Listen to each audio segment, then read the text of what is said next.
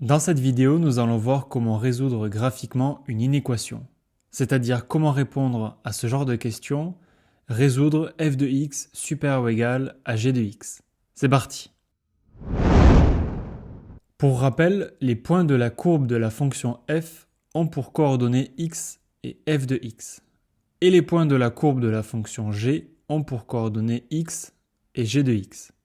Donc pour résoudre ce genre d'inéquation, il faut utiliser l'information que tu as sur l'ordonnée pour déterminer les points qui correspondent, et enfin trouver leur abscisse. La méthode est la suivante. Première étape, puisque l'inéquation c'est f de x supérieur ou égal à g de x, on repère en rouge les points de la courbe de f qui sont au-dessus de ceux de la courbe de g, mais aussi les points d'intersection, puisque l'inéquation c'est supérieur ou égal.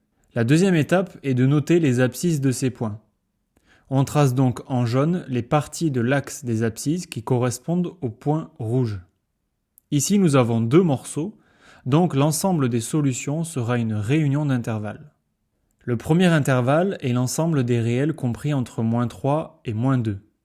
Ensuite, nous avons le symbole de la réunion.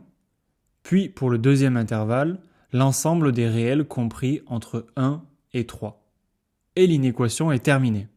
Maintenant, que se passe-t-il si l'inéquation c'est f de x supérieur à g de x et plus f de x supérieur ou égal à g de x?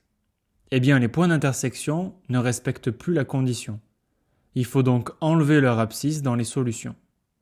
On va alors exclure les nombres -2 et 1 des solutions. Et pour cela, il suffit de tourner les crochets vers l'extérieur dans l'ensemble des solutions, et c'est terminé pour la résolution. Et voilà, tu sais désormais comment résoudre graphiquement ce genre d'inéquation. Si cette vidéo t'a plu, n'hésite pas à liker et à t'abonner. On se retrouve tout de suite pour une prochaine vidéo.